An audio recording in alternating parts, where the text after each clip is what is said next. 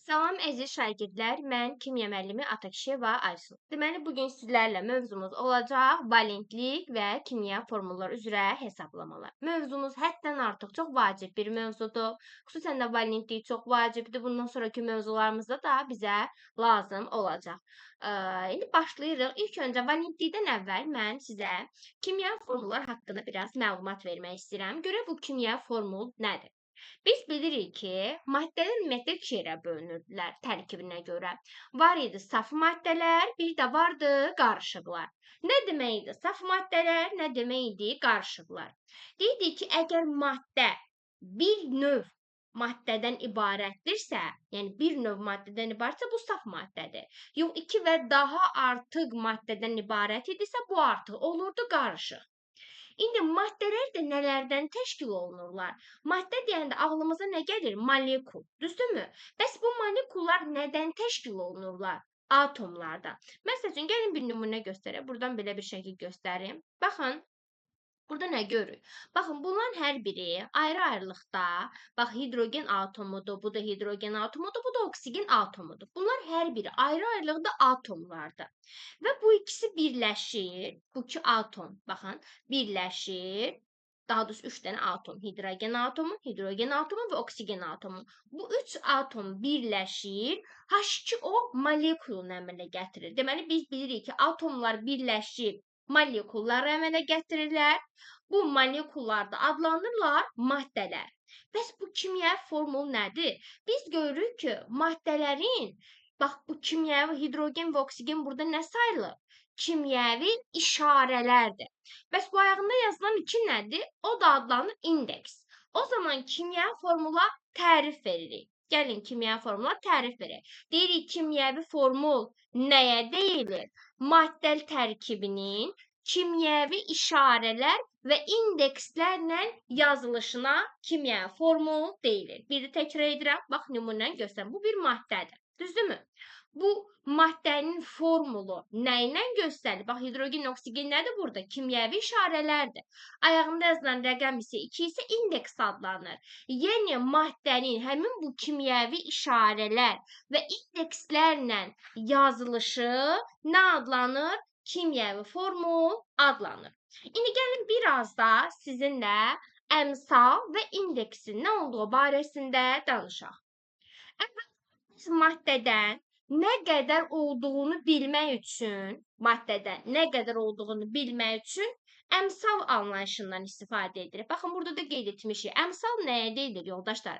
Əmsal kimyəvi formulun qarşısında yazılır və həmin maddədən nə qədər olduğunu göstərər. Baxın, məsəl üçün, bu belə bir maddədir. Görürsünüz, H3PO4 maddəsidir. Bunun qarşısında yazılan qiymət nədir? 5. Deməli, o 5 nə adlanır? Əmsal adlanır. Yəni, əmsal nədir, yoldaşlar? Əmsal kimya formulu, baxın, görürsünüz. Kimya formulu harasında yazılır? Qarşısında yazılır və bu maddədən, yəni H3PO4-dən nə qədər olduğunu göstərir bizə. Bəs indeks nədir? İndeksi isə uşaqlar elementlərin aşağısında qeyd olunur. Məsələn, baxın, hidrogen elementinin aşağısına yazılıb 3, oksigen elementinin aşağısına yazılıb 4, fosforun aşağısına heç nə yazılmayıb, amma biz kimyada bilirik ki, heç nə yazılmayıbsa o 0 demək deyil, o 1 deməkdir. Yəni, burada fosfordan 1 dənədir. Deməli, indekslər nə deməkdir uşaqlar? Harda yazılır? Elementin, baxın, aşağısında qeyd olunur və həmin atom, baxın, bunlar ayrı-ayrılıqda atomlardır. Bax, H3PO4 bir maddədir, bir molekuldur. Amma burada hidrogen, fosfor, oksigen ayrı-ayrılıqda bir atomdular. Bu da ayrıca atomdur, bu da ayrıca atomdur, bu da ayrıca atomdur. Bunlar birləşib nəyə əmələ gətirə bilər? Maddəni. Əmsal bu maddədən, bütöv bu maddədən nə qədər olduğunu göstərir. Amma indeks isə həmin bu atomlardan və bu atomların hər birindən ayrı-ayrılıqda nə qədər olduğunu göstərir. Deməli, qarışdırmırıq. Son olaraq bir də üstündən keçirəm. Maddənin qarşısında yazılan əmsaldır, amma kimyəvi elementlərin digər formada atomların aşağısında yazılan qiyməti isə, sağ küncündə aşağısında yazılan qiyməti isə, bunlar isə adlanırlar. Nələr, yoldaşlar? İndekslər. əmsal maddənin sayını göstərir. Yəni bütöv şəkildə bu maddədə nə qədər olduğunu göstərir. İndeks isə bu atomlardan, bu kimyəvi elementlərdən nə qədər olduğunu göstərir. Deməli biz sizlə kimya formulu nə deyildi, bildik. Əmsal və indeks anlayışları ilə daha tanış olduq. Burada da məsəl üçün baxın, yenə də bir də üstündən keçək. Yəni baxın, bu H3PO, bax bu hidrogen atomudur. Bu fosfor atomudur, bu da oksigen atomudur. Yəni bunlar tək-tək hər biri atomdur. Bunlar birləşiblər. Bunlar bütöv şəkildə H3PO4 artıq nə olub? Molekul, yəni bir maddə əmələ gətirib. İndi 5 burada, yəni maddənin qarşısında yazılan əmsaldır. Ayaqlarında yazılan qiymətlər isə adlanırlar indeks. Deməli, yoldaşlar, bizə həmişə lazım olacaq maddədə atomların sayının tapılması.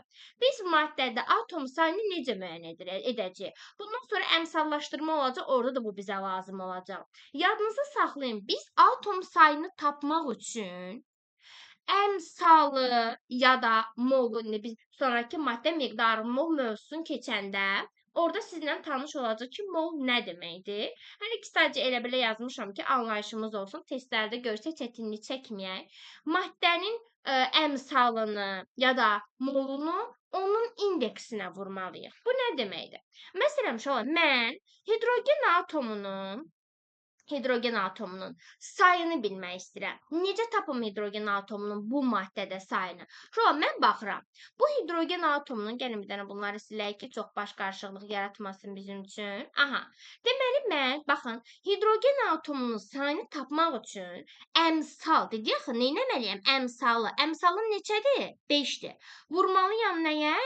İndeksə. Baxıram, hidrogen indeksi neçədir? 3. Deməli, 5-i vururam nəyə? 3-ə. 15. Mən uşaqlara biraz loru dildə, kimya dilindən çıxsa belə deyirəm. Elementin qabağında yazılan qiyməti, elementin aşağısında yazılan qiymətə vurun. Yəni, əmsalı indeksə vurun. Baxın, fosfor atomunun sayını necə tapım? Fosforun qabağında, ən qabağında yazılan qiymət neçədir? Yəni, əmsalı 5. Ayağında heç nə yoxdursa, bu nə deməkdir? 1 deməkdir. 5-i vurursunuz 1-ə, deməli, fosfor atomunun sayı olacaq 5. Sonra oksigen atomunun sayını tapaq. Necə tapacaq? Yenə də oksigen atomunun əmsalı, yəni oksigenin qabağında yazılan qiymət neçədir? 5. İndeksi neçədir? 4. Deməli, 5-i də 4-ə vuranda neçə edir yoldaşlar? 20 etmiş olur. Beləliklə, biz sizlə həm hidrogen, həm fosfor, həm də oksigen atomunun sayını nəmiş olduq? Müəyyən etmiş olduq. Əlavə olaraq sizə tapşırıq olaraq verirəm ki, bilənlər yorum hissəsində bunu qeyd edə bilərlər. Həmçinin mənim şagirdlərim də izaha baxdıqdan sonra cavabını aşağılarda yorum hissəsində qeyd edərsiniz. Məsəl üçün, bura sizin üçün yazıram. Tutaq ki, 6 mol H2 SO4 maddəsində həm hidrogen, həm kükürt, həm də oksigen atomlarının sayını aşağıda rəylərdə mütləq şəkildə qeyd edərsiniz. Əlavə olaraq bir dənəsini də verim. Həmçinin mənim üçün 10 mol alüminium 2O3 maddəsində də həm alüminiumdan, həm də oksigen atomundan nə qədər olduğunu aşağıda yorumlarda qeyd edərsiniz. Aha, gəldik keçdikdə nədən danışırıq? Əsas məsələ artıq yoldaşlar buradadır.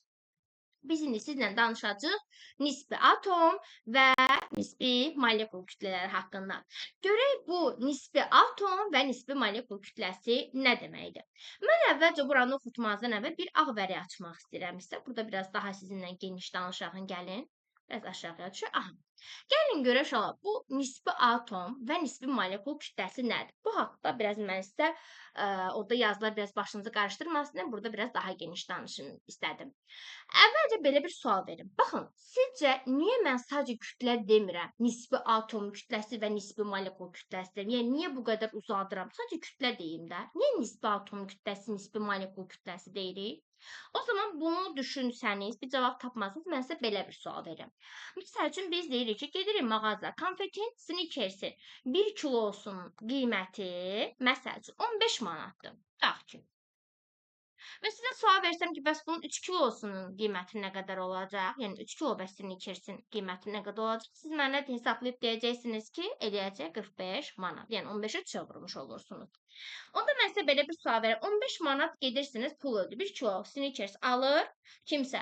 Gedir kassaya, nə qədər pul ödəyir? 15 manat. Yəni 15 manat nəyin pulu oldu? Snickersin pulu oldu da, düzdür. Sonra gedir başqa bir müştəri 3 kilosunu alır, o da 45 manat pul ödəyir. Bəs o 45 manat nədir? O da Snickersin pulunu ödəmiş oldu. Bəs ikisi də Snickersin puludur da. Bunların arasında fərq nədir? Bu da Snickersin puludur, bu da Snickersin puludur. Bəs bunların arasında fərq nədir yoldaşlar? Fərq ondan ibarətdir ki, 15 onun 1 kilosunun qiymətidir. Aydın oldu? Amma 3 kiloqram 45 manat isə onun 3 kilosunun qiymətidir.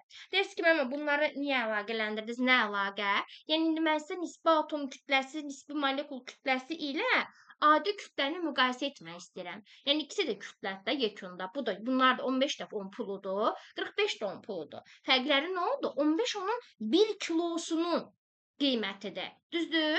Eyni zamanda nisbi atom və nisbi molekul kütlələri də maddənin və yaxud atomun, yəni molekulun və atomun 1 molunun kütləsidir. Aydın oldu? İndi mol anlayışı nə olduğu haqqında dediyim kimi bir neçə dərs sonra bunu ətraflı şəkildə danışacağıq. Sadəcə sizə belə bir izah verim ki, sizin ağlınızda sual qalmasın. Necə ki biz ərzağın miqdarını bildirmək üçün kiloqram anlayışından istifadə edirik. Kimyada da maddələrin miqdarını xarakterizə etmək üçün mol anlayışından da orada mən 1 kilo natrium demirəm də, aydın oldu. Yəni mol anlayışından istifadə edirəm. Maddədə nə qədər olduğunu göstərmək üçün, onun miqdarını xarakterizə etmək üçün mol anlayışından.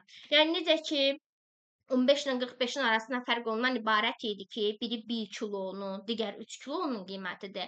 Eyni zamanda nisbi atom və nisbi molekul kütləsi atomun və molekulun 1 mollarının qiymətidir. Hansı ki, onlar standart qiymətlərdir. Artıq biz o 1 molların qiymətini biləndən sonra 2 molun, 3 molun, 4 molun və s-nin də nə etmiş oluruq? Miqdarını hesablamış oluruq.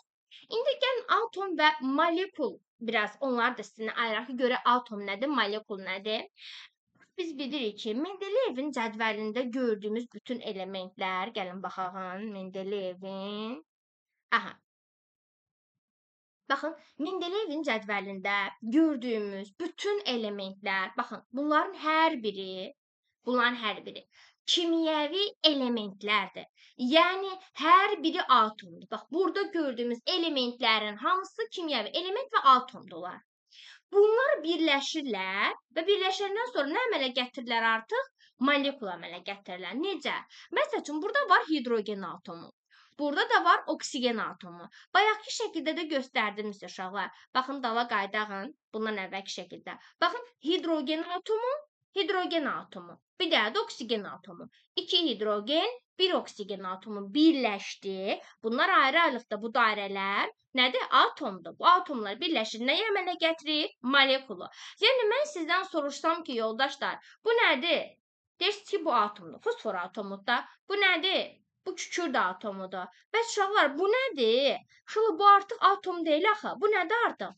Bu artıq molekuldur. Çünki hidrogen atomu və kükürt atomu birləşib artıq nəyə əmələ gətirib? Molekul əmələ gətirib.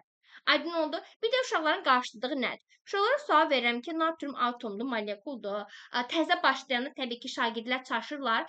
Deyirlər ki, bu molekuldur. Deyirəm, niyə? Deyir, 2 dənə element var da. Aşağı, bu 2 hərfdir. Bu hərfin anlayışından elementləri qarışdırmırıq. Baxın, gəlin Mendeleyevin ad cədvəlini açım, sizə göstərim. Açaq təzən qaydaq Mendeleyevin cədvəlini sizlə. Aha. Baxın. Mendeleyevimizin cədvəli. Baxın, bu natrium nədir? Mən sizə dedim axı, burada gördüyünüzün hər biri atomdur. İndi ki, sonraki dərslərimizi zaten öyrəndən sonra bu sizə problem yaşatmayacaq, çaşqınlığa səbəb olmayacaq. Amma baxın, bu natrium. Burada dediyim gördüyünüz nə varsa hamısı atomdur. Axı, ayrıcalıqda N və ayrıcalıqda A deyilən bir atom yoxdur. Axı, deyim ki, bu N atomu ilə A atomu birləşdi, bir molekul əmələ gətirdi. Natrium bir dənə atomdur. Bax, bir dənə. Atomdur, bir elementdir. Bir kimyəvi element atomdur. Amma 2 və daha artıq kimyəvi element, yəni atom birləşəndə artıq o molekul əmələ gətirir. Yəni natrium atomdur uşaqlar, molekul deyil. Hə, natriumla Məsəl üçün, gətirib hidrogeni yan-yana qoysam, birləşdirsəm, artıq o molekul olur. Natrium yanında H olsa, o artıq molekul. Çünki 2 dənə atom var da, birləşdi, oldu molekul. Ümid edirəm ki, molekul və atom anlayışlarına fərqini başa düşdük. İndi gəlin nisbi atom və nisbi molekul kütləsinə yenidən qayıdaq.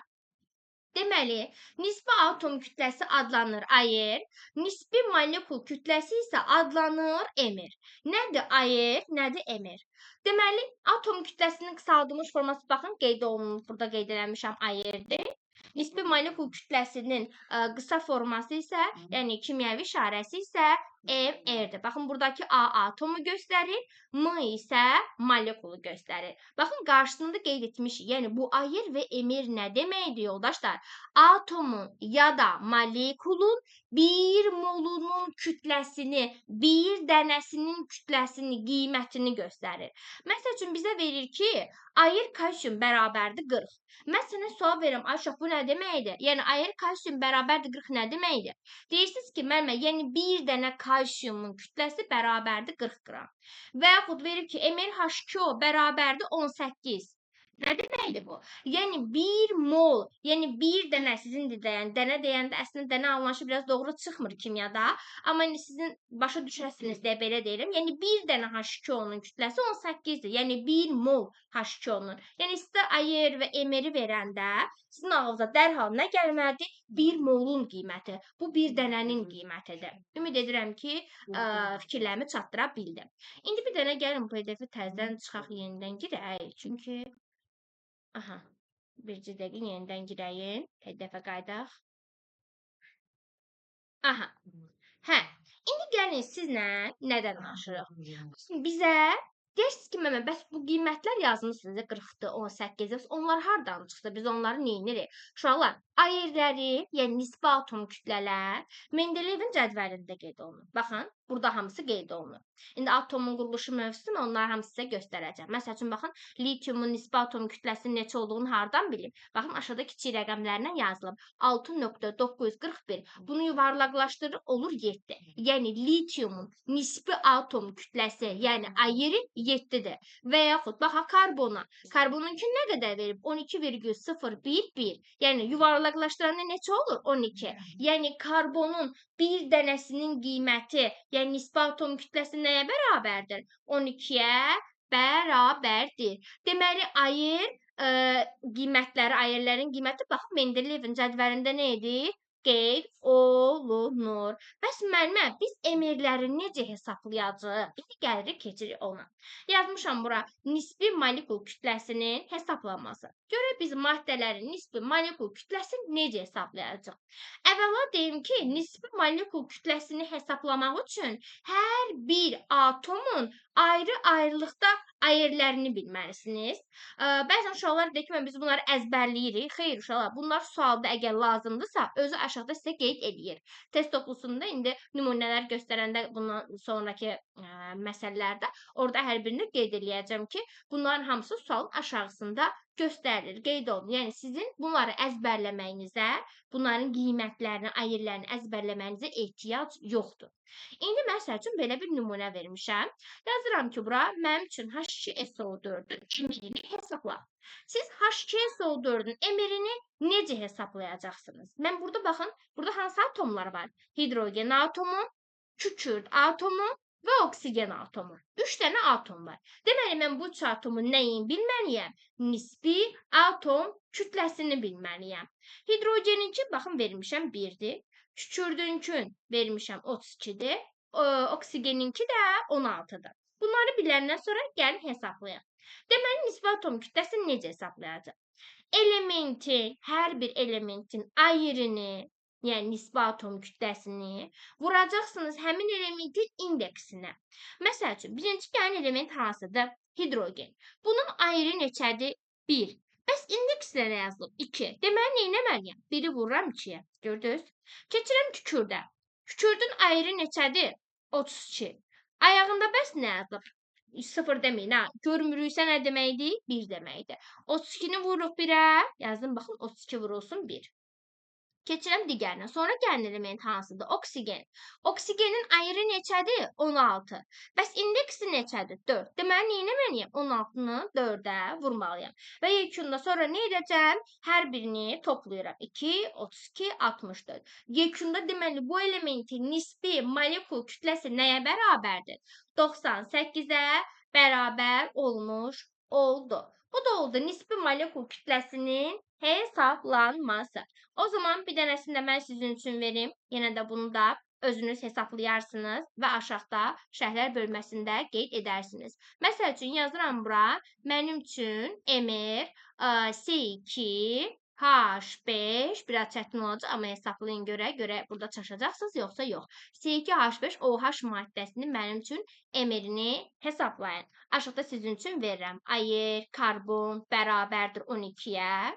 Ayır, hidrogen bərabərdir 1-ə.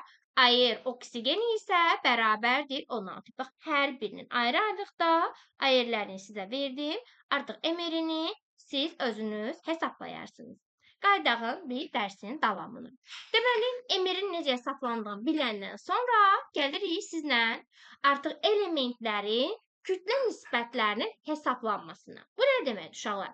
Bizə maddələr verilir və deyirlər ki, həmin maddelərdə elementlərin kütlə nisbətləri hesablanır. Necə hesablanır? Bununla bağlı test topusunda suallar da var. İndi orada da nümunə açıb göstərəcəm. Məsəl üçün, mən buraya yazmışam, bir maddə götürmüşəm sizin üçün göstərmək üçün. Kalsium SO4 maddəsi. İndi sizdən bu maddədə elementlərin kütlə nisbətini istəyirəm. Necə eləyəcəyim müəllimə? Şunlar adı üstünə baxın. Elementlərin, hansı elementlər var burada? Kalsium elementi var, kükürt elementi var, oksigen elementi var. Elementlərin kütlələrinin nisbəti. Nisbət nə deməkdir? Bölmək demək deyil. Onda kalsiumunki nə qədərdir kütləsi? 40 yazdım. Kükürdünkü nə qədərdir? 32 yazdım. Oksigenin bir dənəsi 16-dır. Amma mən 16 yazmayacağım. Burax, məndə 4 dənə oksigen var. Neynəməliyəm? 16-nı 4-ə vurub 64 yazmalıyam. Deməli 40, 32, 64. İndi mən bunların ortasına bölmə işarəsi qoyuram, yəni nisbətini hesablayıram. Necə olacaq? Bunlar hər biri neçəyə ixtisar gedir? Elə bir rəqəm seçin ki, həmin rəqəm həm 40-a bölünsün, həm 32-yə, həm də 64-ə. Mən də fikirləşirəm ki, bunların içində hər birinə bölünən ən böyük rəqəm 8-dir. Həqiqətən də 48-ə bölünür, eləyir 5. 32 8-ə bölünür, eləyir 4. 64 8-ə bölünür, eləyir 8. Bu ixtisar məsələsi riyaziyyatda bir çıxılan problem olan şagirdlərdə ola bilər ki, çətinlik yaratsın, bir də üstündən keçin. Deməli, yoldaşlar, bunları altının kütlələrini yazandan sonra siz nə edirsiniz?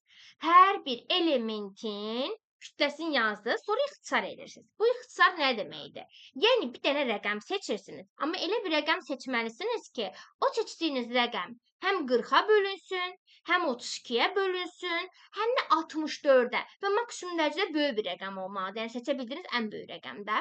O zaman, məsələn, mən bunların içində 8 tapdım, böldüm və alındı 5, 4, 8. Deməli, bu maddədə elementlərin kütlə nisbəti neçə olmalıdır? 5 bölünsün, 4 bölünsün 8 nisbətində. İndi gəlin, baxın, burada belə bir sual var. Test topusundan seçilmiş bir sualdır. Gəlin, bunu sizlə biz birlikdə həll eləyək. Deməli, bizə nə verilib, yoldaşlar? Deyir ki, hansı birləşmədə element atomlarının kütlə nisbəti doğru göstərilməyib? Gəlin, bir-bir baxaq. Əvvəlcə başlayaq H2S maddəsindən. Yazıram, baxın, H2S. İndi başlayaq. Hidrogenin ayrı neçədir? 1. Amma mən bura 1 yazmıram. Niyə? Axı bunun ayağını 2 yazılıb. Mən bunu vurmalıyam axı. 1-i vururam 2-yə, eləyir 2. Aşağısına yazdım. Deməli, hidrogenin kütləsi elədi 2. Bölmə işarəsi qoyuram. Bəs kükürdünkü nə qədər uşaqlar? 32. Kükürdün ayağında vurmaq üçün nəsə var? Yoxdur. Onda elə olduğu kimi yazıram. İndi mən bunları ixtisar edirəm uşaqlar. Elə bir rəqəm seçim ki, o həm 2-yə bölünsün, həm də 32-yə. O da hansı rəqəmdir? 2 rəqəmidir. Onda 2-ni 2-yə böləndə nə edəcək? 1. Bəs 32-ni 2-yə böləndə nə edəcək? O da eləyəcək 16. Vəsə, deməli, bu elementin kütlə nisbəti nədir? 1 bölünsün 16. Baxın, görün, burada elə yazıblarmı? Hə, bəli, burada 1 bölünsün 16 yazılıb. Deməli, A bəndi nədir, yoldaşlar? Doğrudur. Gəlirik, keçirik indi B bəndini yoxlayaq. Görək B bəndinə verilən bizə doğrudurmu, yoxsa yanlışdırmı? Məsələn, yazıram bura H2O. Yenə də baxıram, hidrogenin kütləsi nə qədərdir ayrı? 1. Amma mən bura 1 yazmıram, ayağındakı 2-yə vururam, yazıram 2. Bəs oksigeninki neçədir? 16. Yazıram bura 16. Çünki ayağında vurmaq üçün heç nə yox idi. Ona görə olduğu kimi yazdım. Yenə ortasından bölmə qoyuram. İndi elə bir rəqəm yenə seçirəm ki, həmin rəqəm həm 2-yə bölünsün, həm də 16-ya bölünsün. O da hansı rəqəmdir uşaqlar? 2-dir. 2-ni 2-yə böləndə 1, 16-nı 2-yə böləndə nə edir? 8. Deməli, bu elementin kütlə nisbəti neçə olmalıdır? 1 bölünsün 8 olmalıdır. Baxıram ki, hə, burada elə yazıblar. Deməli, bu da düzdür. Keçirəm indi C bəndində verilən maddəni nə etməyə? Həmin bu formada kütlə nisbətini tapın. Yazıram bura CO. Karbonun bir dənəsinin kütləsi, yəni ayrı neçədir? 12. Baxın, indeksində ayağında heç nə yoxdur, elə olduğu kimi yazıram.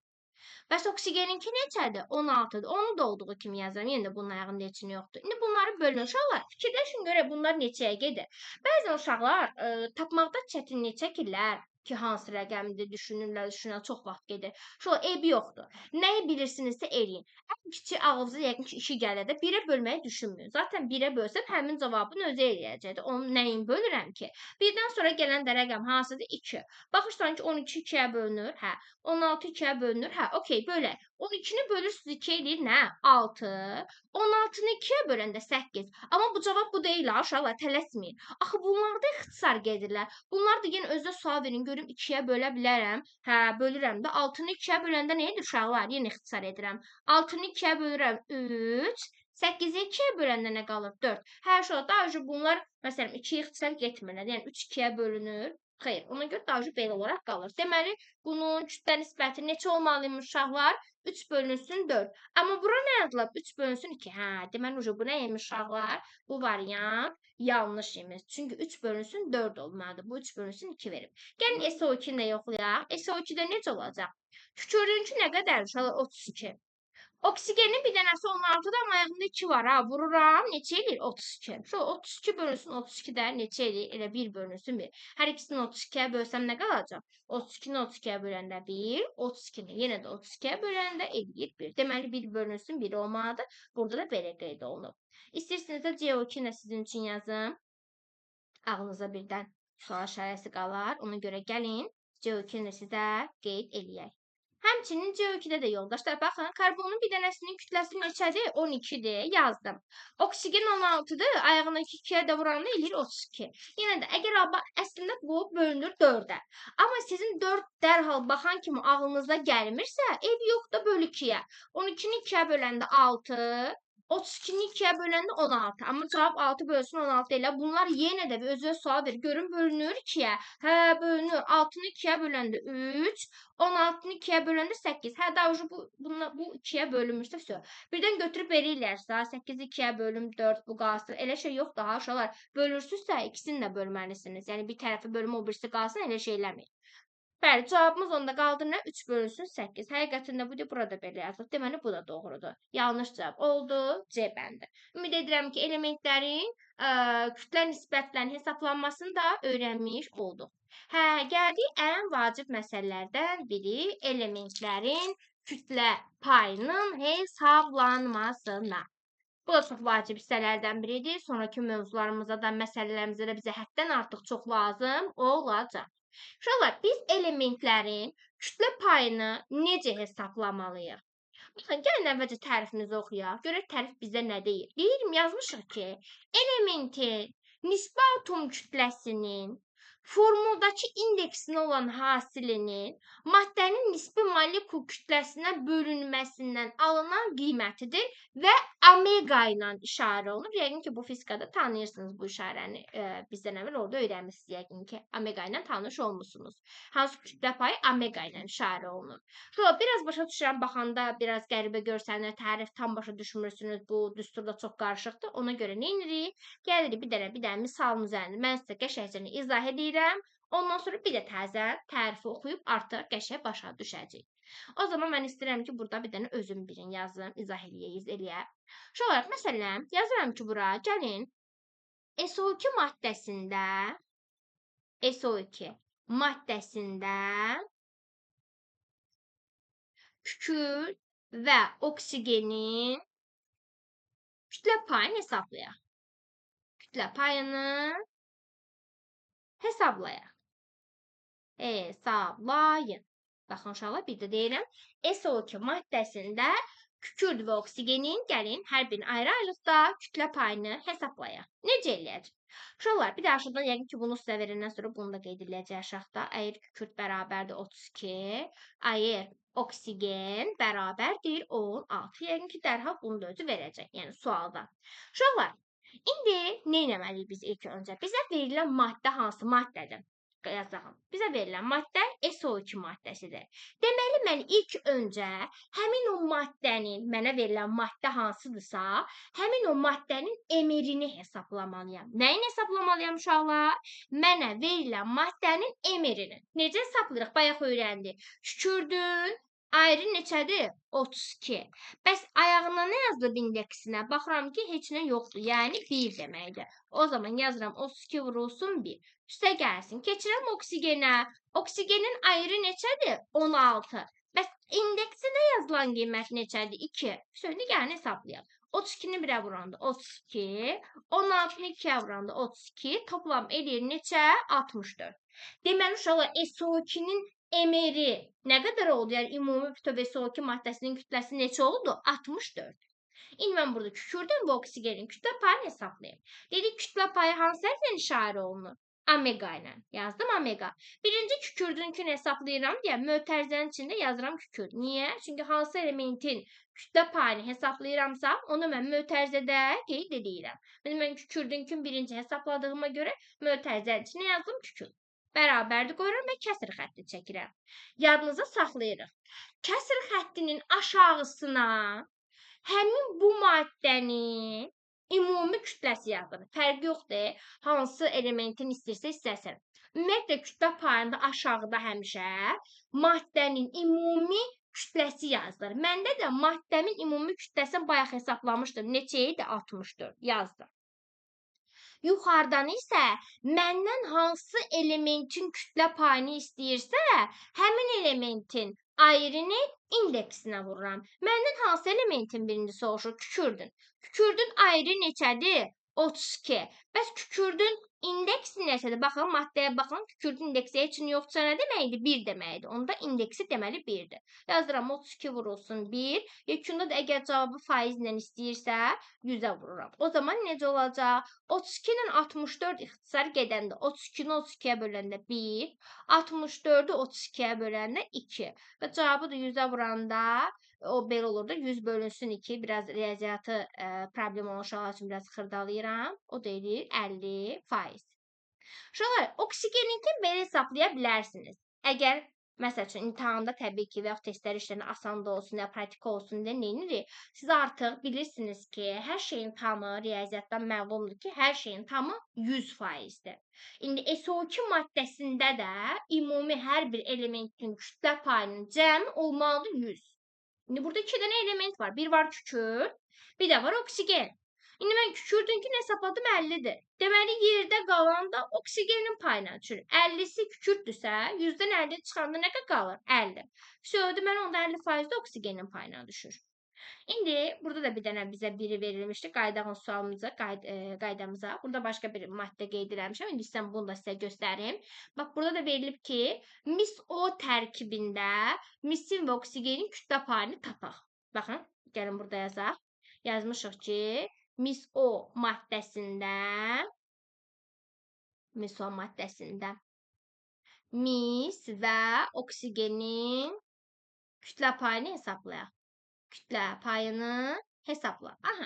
Şöyle mən birinci aşağıda mənə də verib. Ayır, mis bərabərdir. Baxın, gəlin göstərim sizə. Bax, görürsünüz, aşağıda qeyd eləmişəm. Ayır, mis bərabərdir 64-ə. Ayır, mis bərabərdir 64. Ayır, oksigen də bərabərdir 16. Yəni, solda sizə verir. Rahat olmayın.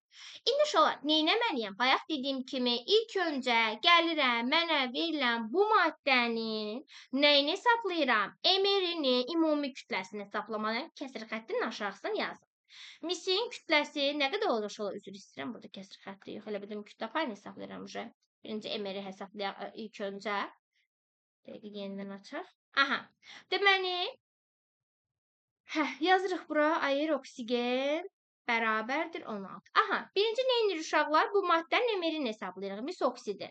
Misin kütləsi nə qədərdir air? 64. İndeksi neçədir bəs? Heç nə yoxsa deməli 1 deməkdir. Üstə gəlsin. Oksigenin airi neçədir? 16. İndeksində heç nə yoxdur ki, 1 deməkdir. Onda 64-ü 1-ə vuranda 64, 16-ını 1-ə vuranda 16, bunlara toplayanda eləyir 80. Deməli, bu maddənin ümumi emeri neçə elədi yoldaşlar? Elədi 80. İndi mən burada fərq yoxdur. Gəlin misi ya da oksigen rəviz hansını istəyirsə. Məsəl üçün gəlin misi hesablayım. Misi kütlə payını hesablamaq üçün mötərizənin içinə nə yazıram? Cu, yəni mis bərabərdir. Yenə nə etməliyik yoldaşlar? Kəsr xəttinin aşağısına maddənin ümumi kütləsini yazıram. Maddəmin ümumi kütləsini necə tapdım? 80. Bəs yuxarıya nə yazmalıyam yoldaşlar? Yuxarıya isə misin ayrı vurulsun misin indeksi. Misin ayrı, yəni nisbi atom kütləsi neçədir? 64. Bəs indeksi neçədir? Misin indeksi. Maddəyə baxın. Misin indeksi neçədir? Heç nə yoxsa 1 deməkdir. Sonra da vurursunuz 100%. Gəlin hesablayaq. Bunlar 64 bölünsün 80, vurulsun 100%. Mən bunların içi ixtisar aparım. Hər ikisini 8-ə bölsəm, uşaqlar, 64-ü 8-ə böləndə qalır 8, 80-i 8-ə böləndə qalır 10. Onu da vurursunuz 100-ə. Elə buradaca da bunları ixtisar aparaq. Cavabımız edir neçə faiz uşaqlar? 80%. Uşaqlar, indi istəsəz oksigeni də bu formada eləyə bilərəm. Tapa bilərəm. Amma ehtiyac yoxdur da. Mən sizə öyrətdim. Ümumi hamısının cəmi 100% eləməlidir. Kütlə paylarının cəmi hamısı toplam 100%dir. Misinki 80-dirsə, onda oksigenin payı nə qədər düşür?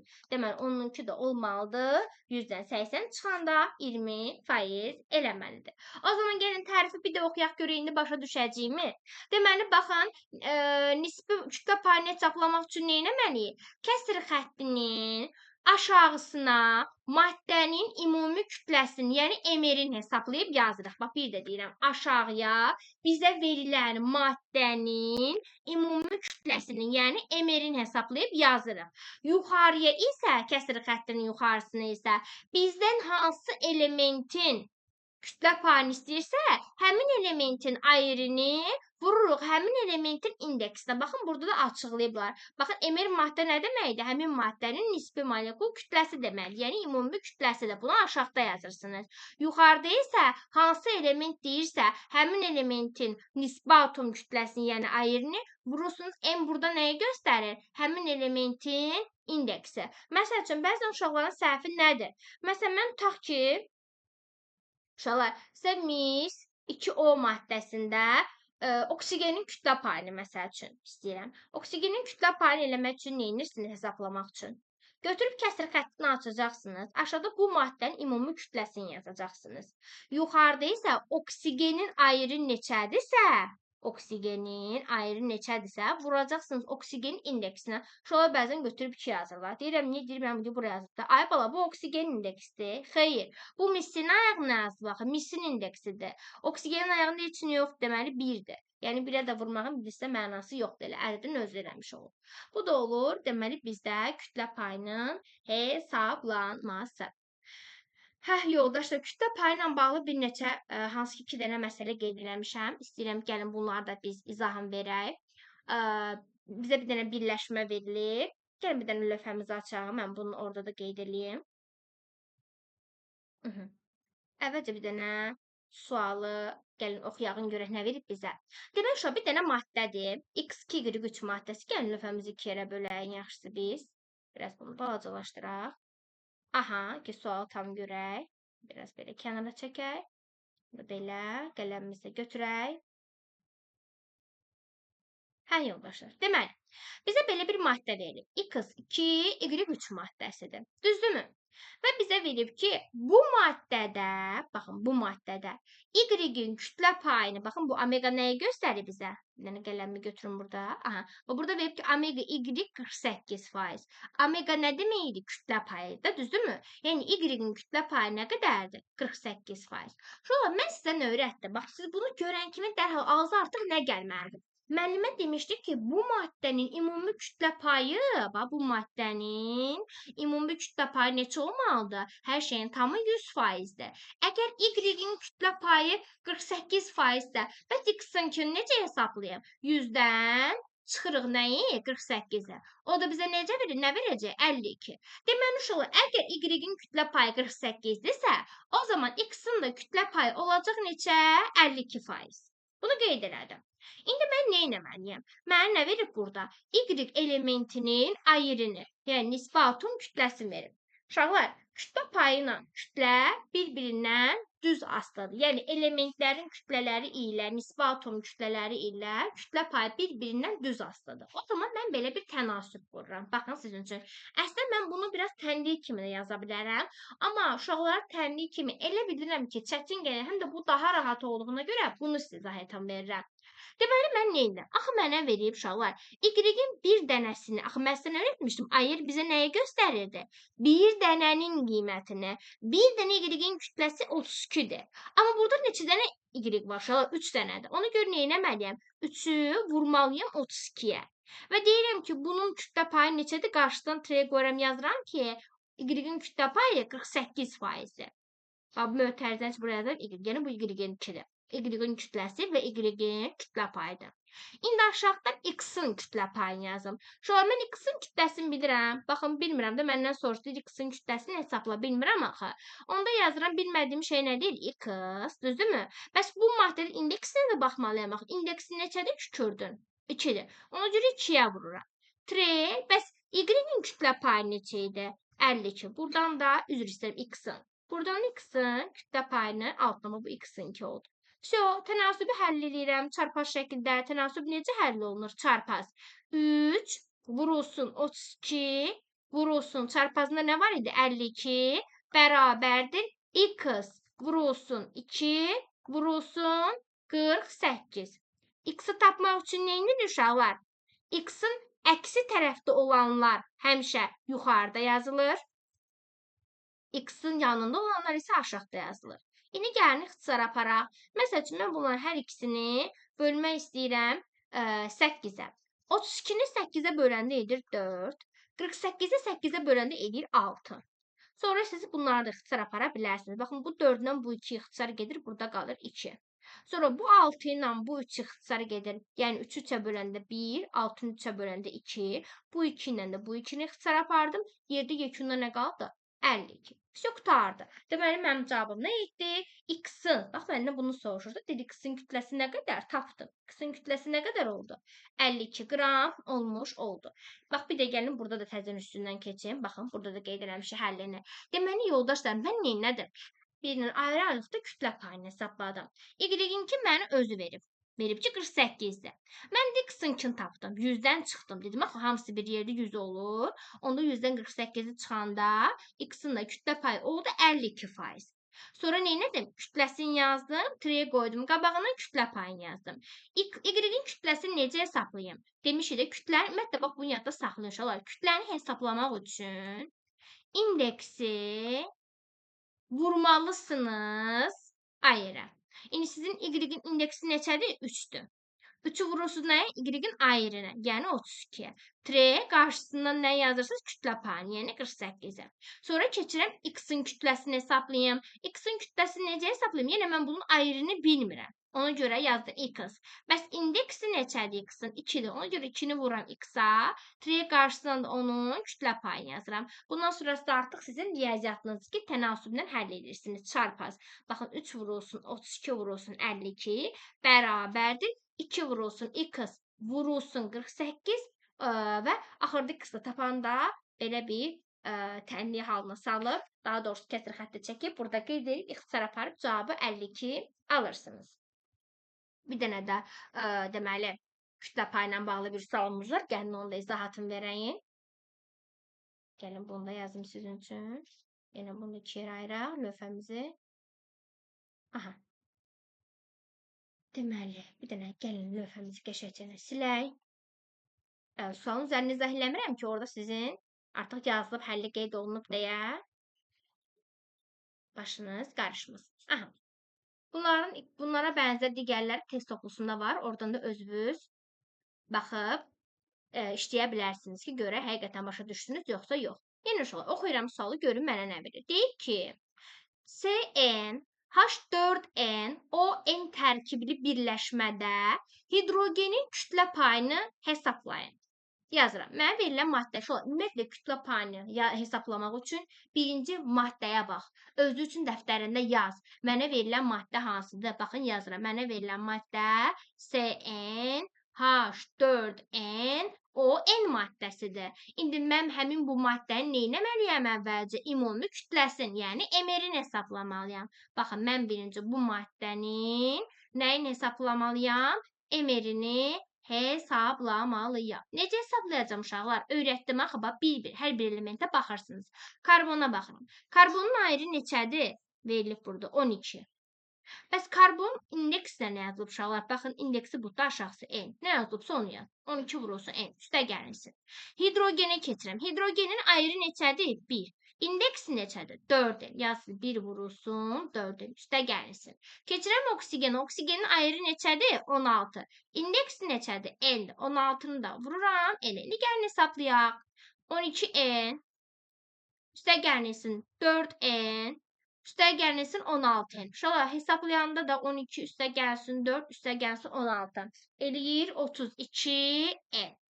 İndi mən nə etməliyəm? Yazıram, kütlə payını hesablayıramsa omega yazıram. Hansı elementin istəyir məndən kütlə payını? Hidrogen. Ona görə mötərizənin içini yazıram, hidrogen. Bərabərdir. Kəsr xəttinin aşağısına dedim, həmişə nə yazmaq lazım? Uşaq, baxın, düstur. Kəsr xəttinin aşağısına həmişə maddənin ümumi kütləsini yazıram. Mən də maddəmin ümumi kütləsini neçə aldım? 32. Yazdım bura. Bəs kəsr xəttinin yuxarısına nə yazmalıyam? Məndən hansı elementi soruşursa, həmin elementin ayrını, hidrogeni soruşur. Hidrogenin ayrı neçədir? 1-dir. Vurmalıyam həmin elementin indeksinə. Hidrogenin indeksi neçədir? İndeks ayağında yazılan qiymətdir. İndeksi neçədir hidrogenin? 4-dir. Uşaqlar, şurada axırda faizlə istədiyinə görə 100%-ə vurursun. İndi necə olacaq? Bu n-lə bu n-i silirəm. Hər ikisinin olduğuna görə ixtisar elədim. Qalır 4 bölünsün 32. Uşaqlar, bunları 4-ə bölürəm. 4-ü 4-ə bölürəm 1. 32-ni 4-ə bölürəm edir 8. Vurulsun 100. Uşaqlar, bu da alınır 100 bölünsün 8. 100-ü də 8-ə böləndə səhv etmirəmsə 12,5 eləməlidir. Yəni cavabımız nedir? Bəli, 12,5%. Aha. Bu da oldu kimya formulu. Bundan sonra artıq izahda valentli hissəsini izah eləmiş olacaq.